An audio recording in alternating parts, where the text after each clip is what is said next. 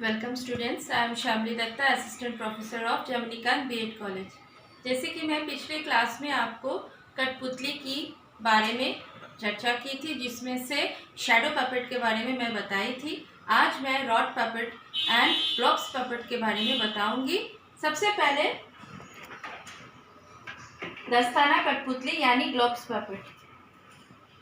17वीं शताब्दी में चीन में इसका जन्म माना जाता है। यह कठपुतली एक दस्ताने की तरह हाथ में फिट हो जाती है। आमतौर पर कठपुतली का सिर कलाकार के हाथ के बीच की उंगली में और उसके हाथ अंगूठे और पहली छोटी अंगुली में डाले जाते हैं। हमारे देश में केरल राज्य में मुख्यतः हाथ कठपुतलियों का उपयोग होता है। मनोरंजन के साथ साथ कुछ धार्मिक विधि विधान हेतु भी कठपुतलियां उपयोग में लाई जाती हैं।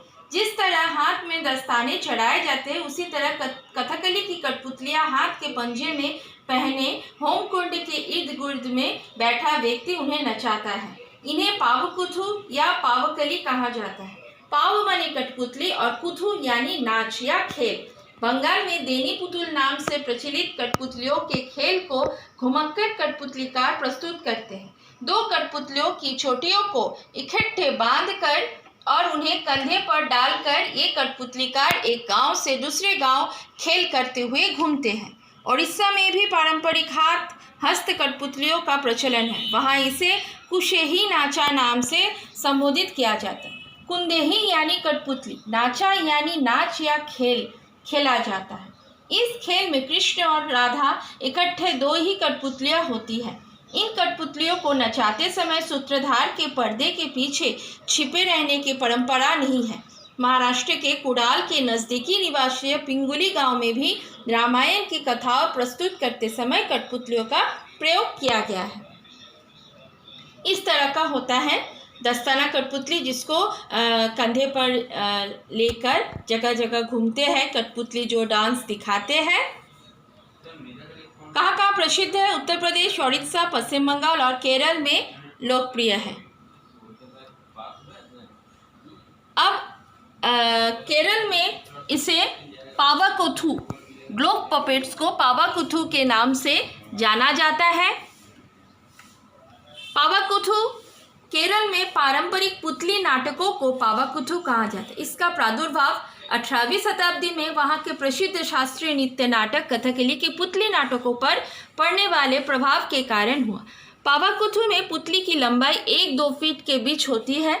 मस्तक तथा दोनों हाथ लकड़ी से बनाकर एक मोटे कपड़े से जोड़े जाते हैं, फिर एक छोटे से थैले के रूप में सिए जाते हैं। पुतली के चेहरे के आकरण में रंग चमकीले टीन के टुकड़े तथा मोर पंखों का उपयोग किया जाता है।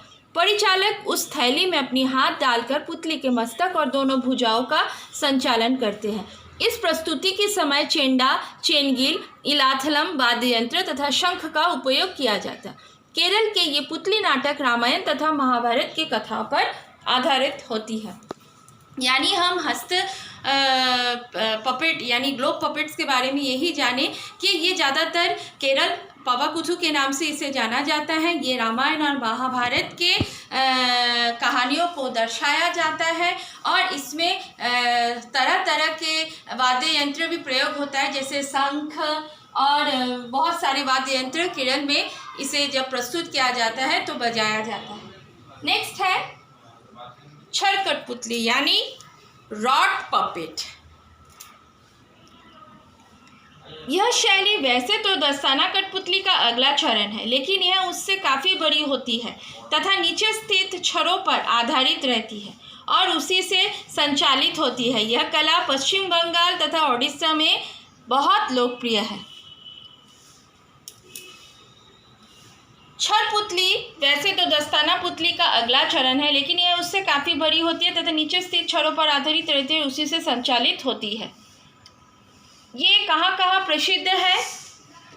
जैसे उड़ीसा में रॉड पपेट के नाम से यहाँ जाना जाता है, पश्चिम बंगाल में पुतुल नाच कहा जाता है और बिहार में यमपुरी के नाम से जाना जाता है।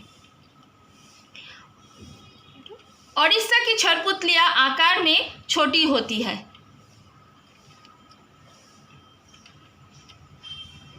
लगभग 12 से 18 इंच लंबी होती है। इनमें से जोड़ तो 3 होती है, लेकिन उनके साथ छड़ों को बजाय धागों से बंधे होते हैं।